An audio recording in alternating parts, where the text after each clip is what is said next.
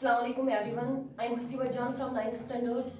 Hope everybody are doing well. First of all, I want to give a lot of thanks to my teacher, Mr. Omar sir, who gave me this opportunity to speak something about my topic in front of you. Let's quickly go to the chapter on motion. So first, let me tell you what are the concepts that are there in the motion and how you have to study them in a particular form.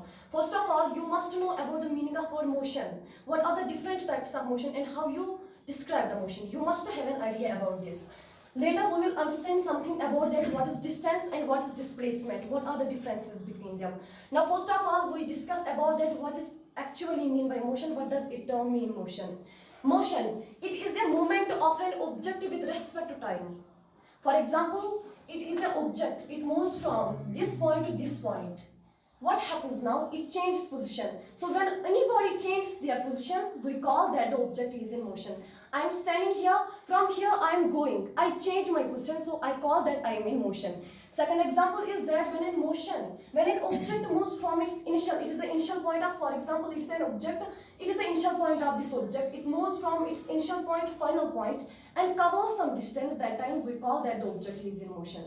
So there is a lot of differences between this motion. There are different types of motion. Linear motion, circular motion. What's linear motion? What's circular motion?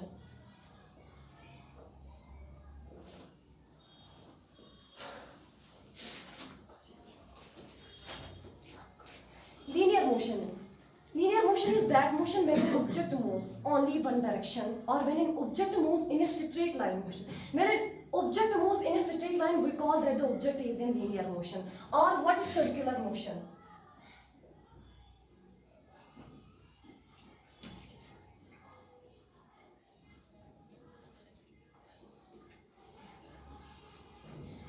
Circular motion is that motion when an object moves in a circular direction. For example, it is a pen. If I do this way, how is it moving? It is a circular direction. So when any object moves in a circular direction, we call that the object is in circular motion. So mainly we concentrate only one motion in this chapter, that is linear motion. I already told you that guys, linear motion is that motion when an object moves only one direction or in a straight line. I will give some examples to relate to the motion that you can easily understand that what does it term mean motion, what are the different types of motion. For example, first point is that motion is described with observer. What does it mean motion is described with observer? For example, we are standing here and a bus is standing there and there are some passengers inside the bus is moving. But according to our perception, we thought that the passengers are also moving. But inside the bus, when we thought no, when we realized no, only the bus is moving, the passengers are in the rest. How is it? How is it possible? So, when we realize this question, this is how the motion is described with observer. Why it happens with us? It only depends the observer's perception.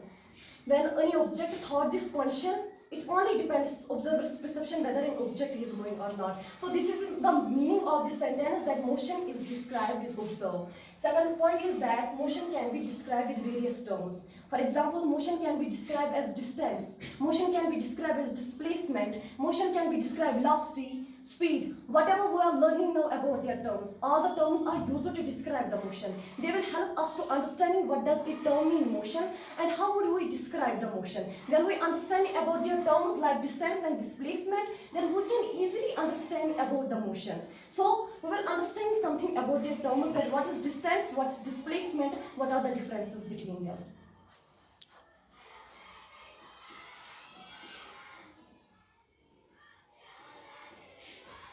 Distance. What is distance?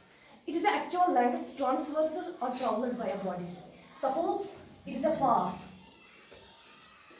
An object moves from this point to this point. The road that the object walked and the length of the road, we call that it is object's length. When any body covers some length, we call that it is object's distance. So distance, it is the actual length transversal or traveled by a body. And what is displacement?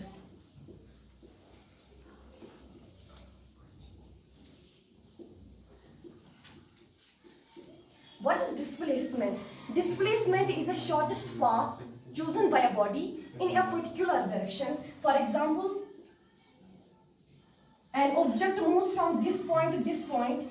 It also moves this point to this point. It reaches, suppose C. But the object must comes back to reach its original position. In this position, object found and shortest path that would be easily for him. When an object chooses any shortest path, for example, it chooses this is the shortest path in a particular direction. When an object chooses any shortest path in a particular direction, we call that its displacement, its object's displacement. So distance, it is the actual length transversal traveled by a body, and displacement is the shortest path chosen by a body in a particular direction. Distance is scalar quantity and displacement is vector quantity. What is scalar quantity and what is vector quantity?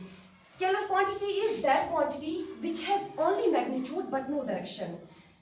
In distance, scalar quantity is that quantity which has only magnitude but no direction. For example, if I measure this, you will notice me that I only concentrate its magnitude, what's object's magnitude. I don't care about what's object's direction. I only concentrate on object's magnitude, what's object's magnitude, how much distance covered some body. So when we concentrate only object's magnitude, that time we call the distance is scalar quantity. So distance is scalar quantity because it has only magnitude but no direction. Why displacement is vector quantity?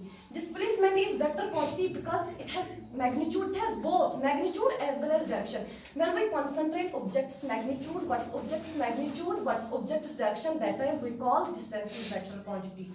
We represented distance by s and displacement by s vector.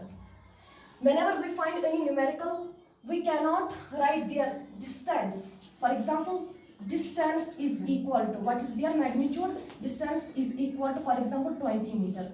We always write their s is equal to 20 meter. So distance is represented by s and displacement is represented by s vector.